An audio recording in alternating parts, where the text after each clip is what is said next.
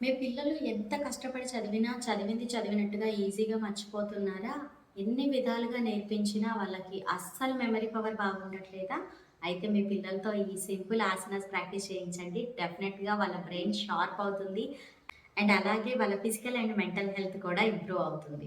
ఇప్పుడు నేను చూపించబోయే 2 ఆసనాలు కూడా మనం ఏదో ఒక పాయింట్ మీద మన ఐ విజన్‌కి ఈక్వల్ హైట్‌లో ఉండే ఆబ్జెక్ట్ మీద కాన్సంట్రేట్ చేసి చేస్తాము.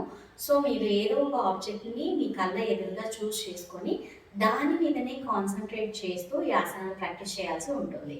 సో, ఫస్ట్ వన్ వచ్చేసి వృక్షాసన.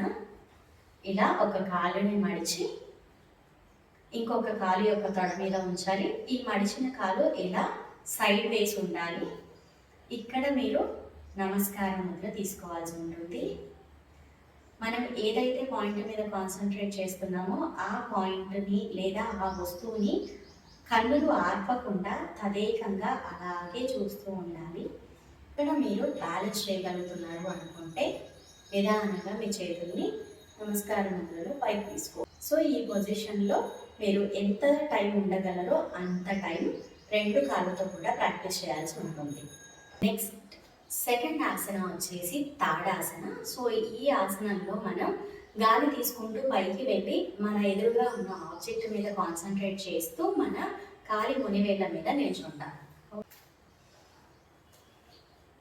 ఇలా మనం ఎంతసేపు ఉండగలమో అంతసేపు ఉంటూ రోజు రోజు టైంని కాస్త ఇంక్రీజ్ చేసుకుంటూ వెళ్తే మెమరీ పవర్ అనేది ఇంక్రీజ్ అవుతుంది.